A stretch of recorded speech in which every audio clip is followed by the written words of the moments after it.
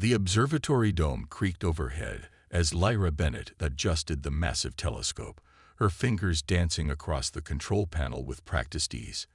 At 19, she was the youngest researcher at the Pacific Institute of Astronomy, though most of her colleagues seemed determined to forget that fact.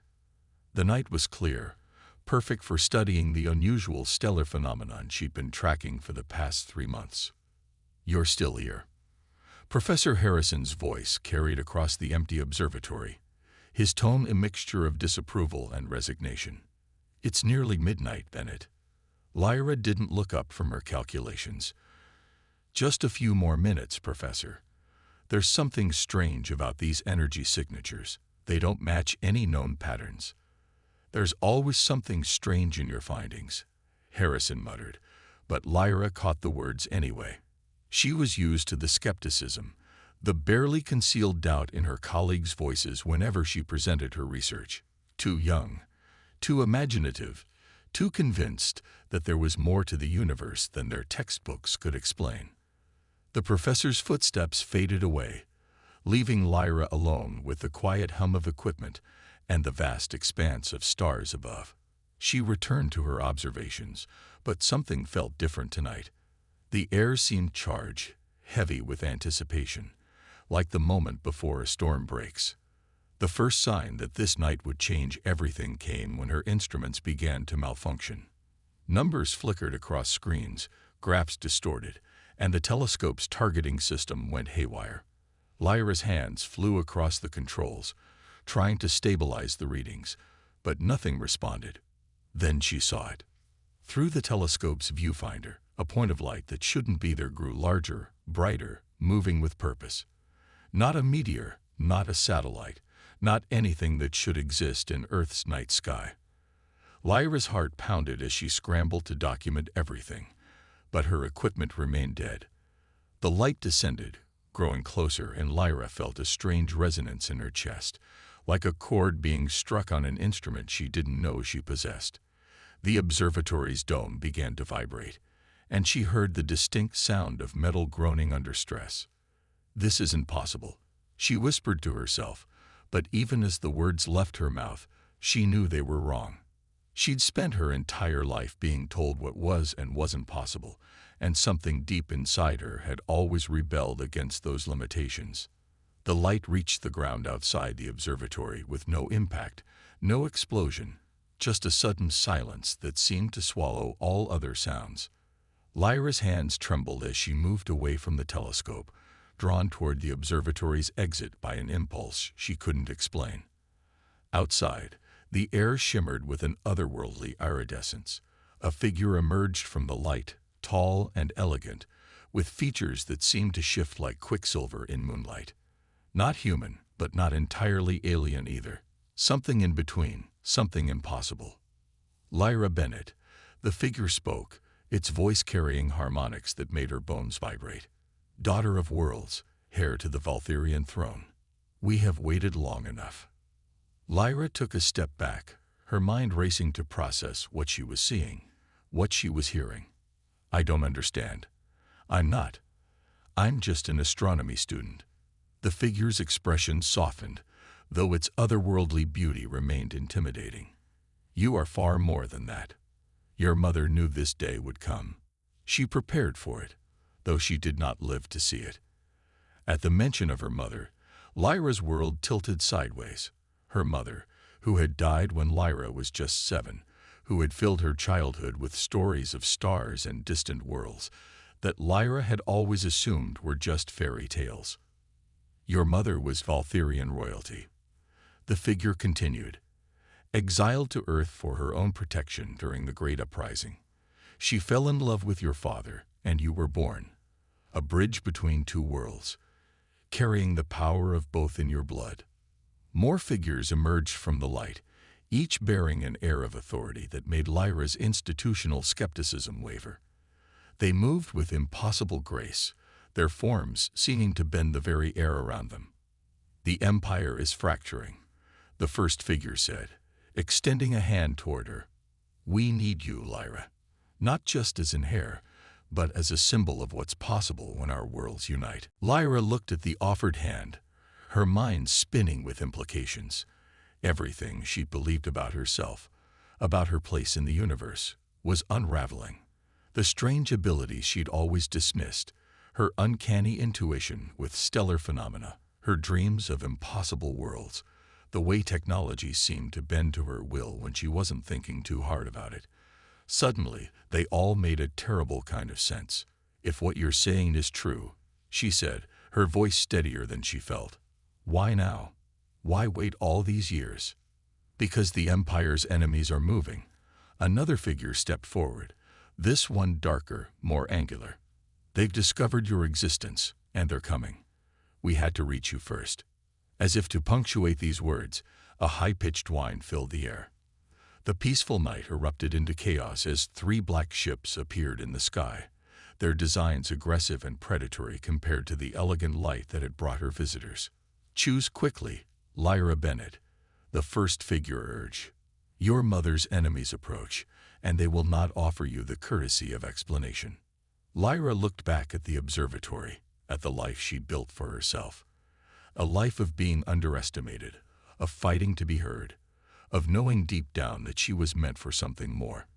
Then she looked at the hand still extended toward her, offering answers to questions she never dared to ask. She took the hand. The world dissolved into light around her, and as Earth fell away below, Lyra felt something unlock inside her chest, a power that had been waiting 19 years to awaken. The last thing she saw before the light consumed everything was the expression of surprise on her visitors' faces as that power surged through her, stronger than anything they'd expected. They had come looking for an Heir. They were about to discover they'd found something far more powerful, a bridge between worlds who would reshape the very empire they sought to save. The Valtherian royal palace defied Earth's understanding of architecture. Crystal spires twisted upward in impossible geometries, their surfaces reflecting light that seemed to come from everywhere and nowhere at once. Lyra stood before the High Council chamber, her heart thundering in her chest, dressed in ceremonial robes that felt both foreign and strangely familiar against her skin. "Remember, Therix, the silver-skinned being who had first approached her on Earth, spoke quietly at her side. Show no fear. The Council respects strength above all else." Lyra nodded, though her mind was still reeling from the events of the past 24 hours. The journey through what Therix called the Starfold had left her dizzy with possibilities. She'd seen the fabric of space itself bend and twist, confirming theories she'd only dreamed of proving. The massive doors before them began to open, moving with liquid grace despite their apparent weight. Inside, 12 figures sat in a semicircle, their forms varying from nearly human to utterly alien. All eyes fixed on Lyra as she entered, and she felt the weight of their judgment like a physical force. "So," a voice spoke from the center of the assembly, "this is Selenera's daughter." The speaker was a woman with skin like polished obsidian and eyes that held the depth of space itself. High Counselor Virana, Lyra remembered from Therix's hasty briefing. The most powerful person in the Empire after the Emperor himself. "I am," Lyra replied, surprised by the steadiness in her voice. "Though until yesterday I knew her only as Catherine Bennett." A murmur rippled through the council. Virana's expression remained unreadable.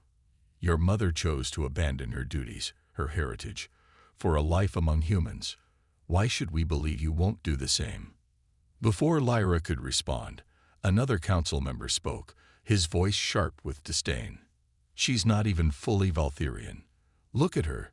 She can barely contain her own energy signature."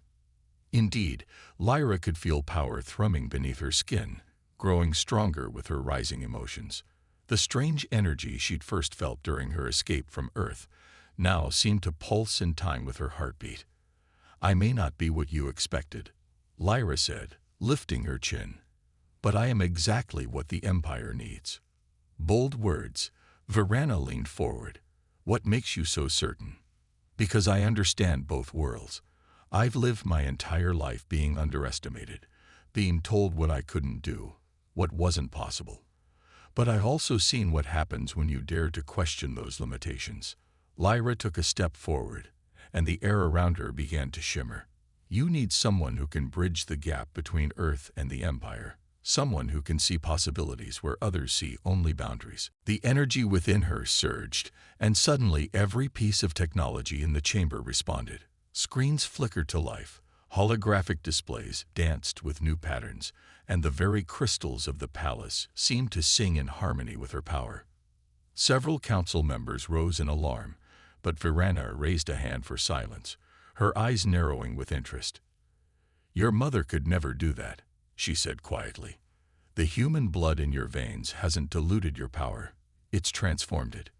Before anyone could respond, alarms began blaring throughout the palace. Red light flooded the chamber, and guards materialized from hidden alcoves. "High Counselor," one of them spoke urgently, "we've detected multiple breach attempts in the lower levels. They're using old Imperial codes." "The Shadowborn," Therix hissed.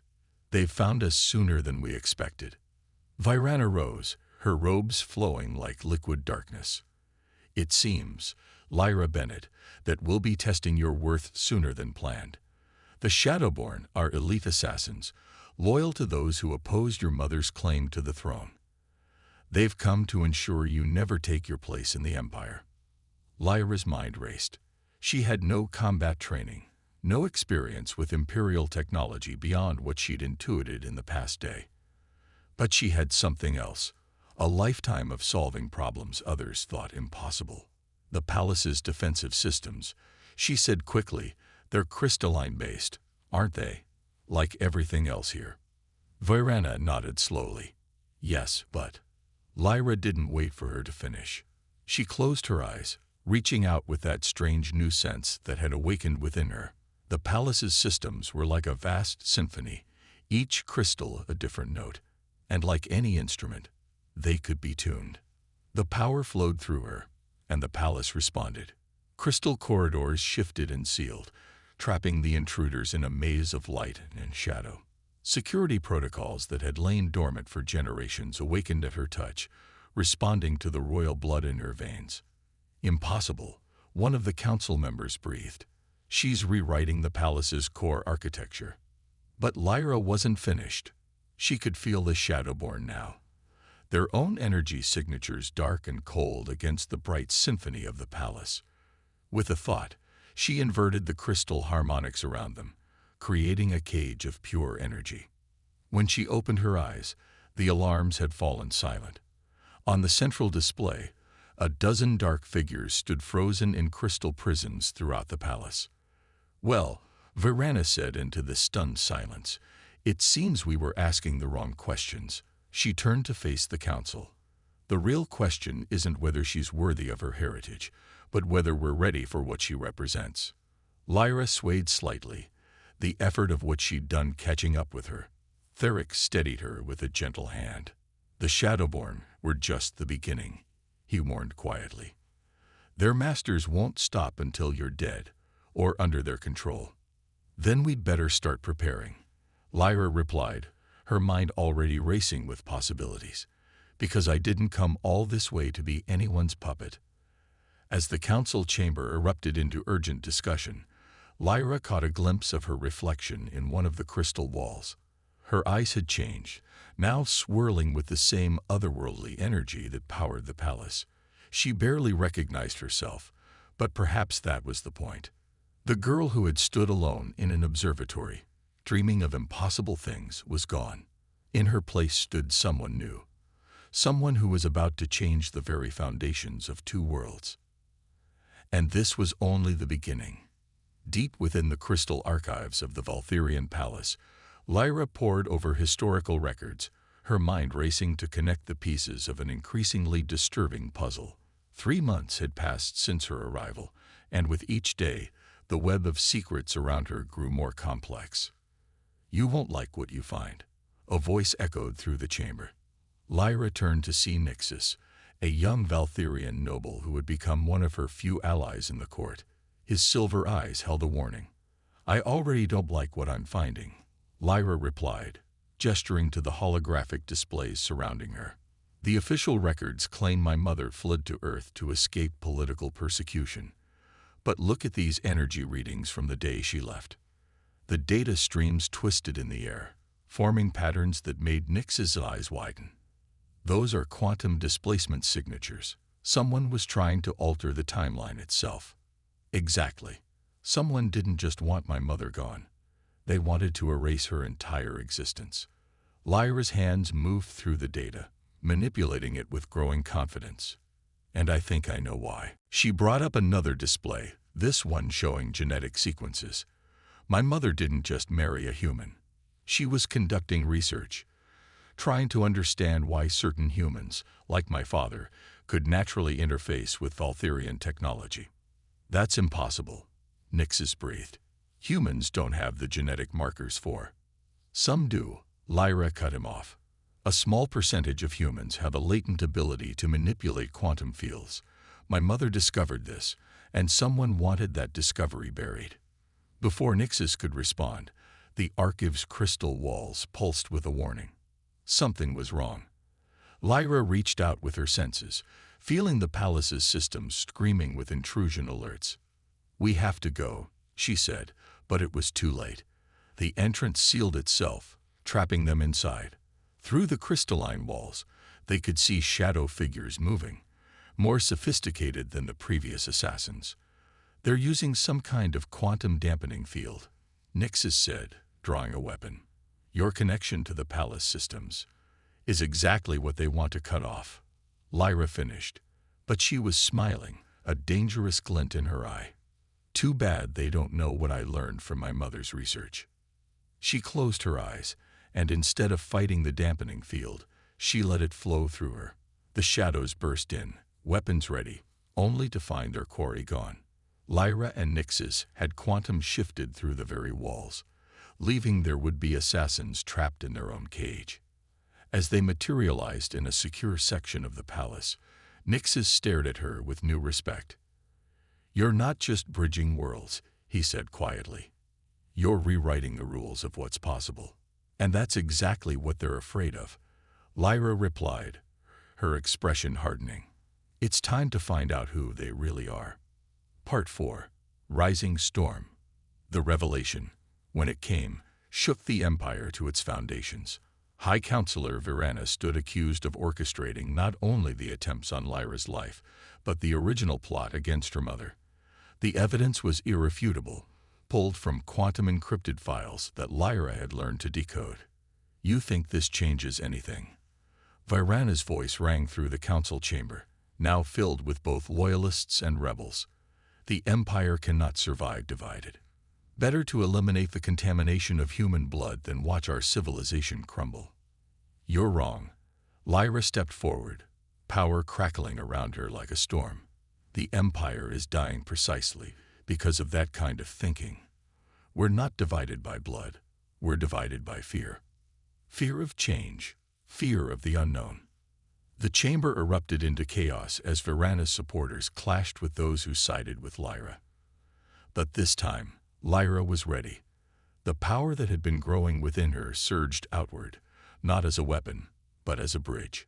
Every piece of Valtherian technology in the chamber synchronized with her consciousness, creating a network of pure energy.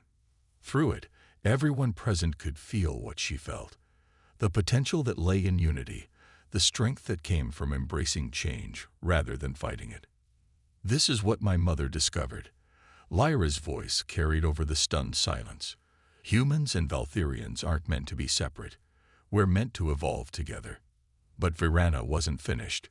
With a gesture, she activated a hidden protocol, and the palace itself began to turn against them. "If I cannot rule the Empire," she snarled, "then no one will." Dawn of a new era. The final battle for the Empire played out across multiple dimensions as Virana attempted to tear apart the very fabric of space-time. Lyra, supported by Nixis and a growing number of allies from both worlds, fought to contain the damage while racing to implement her own solution. "The quantum core." She shouted over the chaos, her hands moving through complex patterns as she rewrote the palace's base code. It was never meant to be a weapon. It was meant to be a catalyst. Understanding dawned in Nixis's eyes. "Your mother's research. She wasn't just studying human compatibility with our technology. She was preparing for this moment. Lyra confirmed. Around them, reality itself seemed to bend and flex as Virana's desperate gambit threatened to tear apart both Earth and the Empire. Drawing on everything she had learned, everything she was, Lyra reached out to the quantum core that powered the Empire's technology. But instead of trying to control it, she opened herself to it completely, becoming a conduit for something greater than herself. The power that flowed through her was beyond anything she had ever experienced. It was the combined potential of two worlds, the harmony of different songs becoming one greater melody. Through her, the quantum core began to transform, its energy reaching out to touch every being in the Empire. Virana's attack faltered as the change swept through her, through everyone. The barriers between human and Valtherian consciousness began to dissolve, not erasing their differences, but celebrating them, creating something entirely new. "This is what the Empire can be," Lyra said, her voice carrying the weight of generations. "Not a force that demands uniformity, but one that grows stronger through diversity." The transformation was permanent, fundamental. Those with the latent ability to interface with Valtherian technology, both human and alien, found themselves able to access abilities they never knew they possessed. But more importantly, they gained the ability to truly understand each other. In the aftermath, as the dust settled and the new reality began to take shape, Lyra stood in the observatory where her journey had begun. The stars looked different now, filled with new possibilities and promises. "What happens now?" Nixus asked, joining her at the window. Lyra smiled, watching as ships from Earth and the Empire moved freely between the worlds, carrying people eager to explore this new era of cooperation and growth. "Now," she said, "we build something new, something that honors both where we came from and where we're going." She turned to face him, her eyes reflecting the light of countless stars. "The old Empire is gone. In its place, we'll create a bridge between worlds, not just in technology or politics, but in understanding." As she spoke, the quantum core pulsed with new energy, responding to the collective dreams and aspirations of two civilizations learning to become one. The underestimated human girl who had once gazed at the stars, dreaming of something more, had become exactly what both worlds needed, not just an heir to a throne, but a catalyst for evolution itself.